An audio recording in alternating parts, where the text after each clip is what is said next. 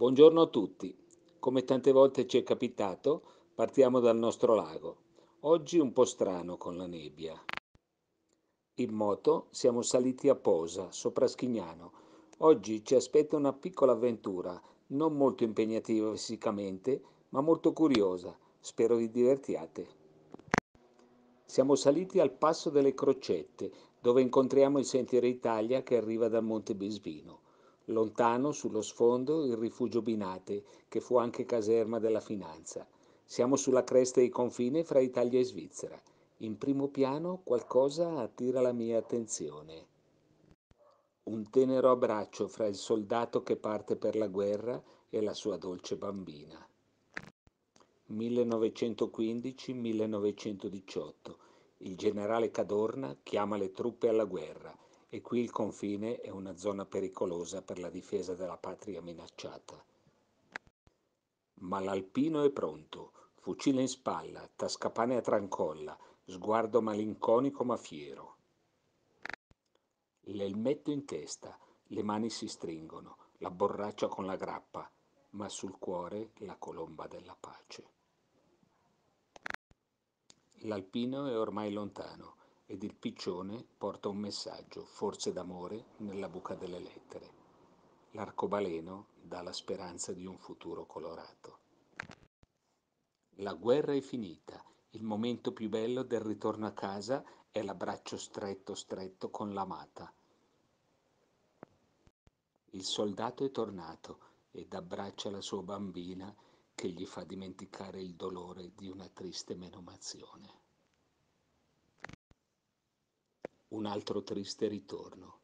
I segni della guerra sono anche questi. E qualcuno, purtroppo, ha chiuso gli occhi per sempre.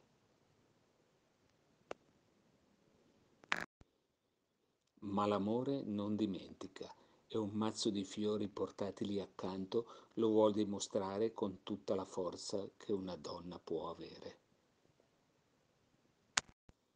Un bellissimo tronco intatto. Cosa ci aspetterà la prossima volta che passeremo di qui?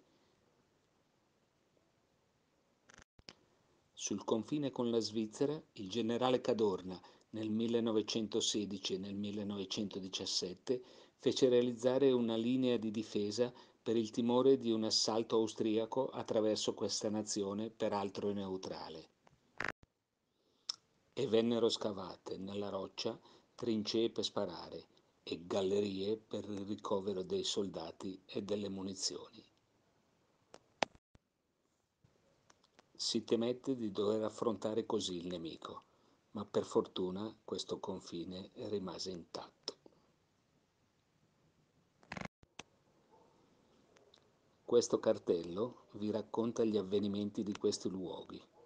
Lo leggerete con comodo per ricordare quel triste e commovente momento della storia d'Italia. E dopo questo sentiero ricco di storia, ecco finalmente la nostra meta.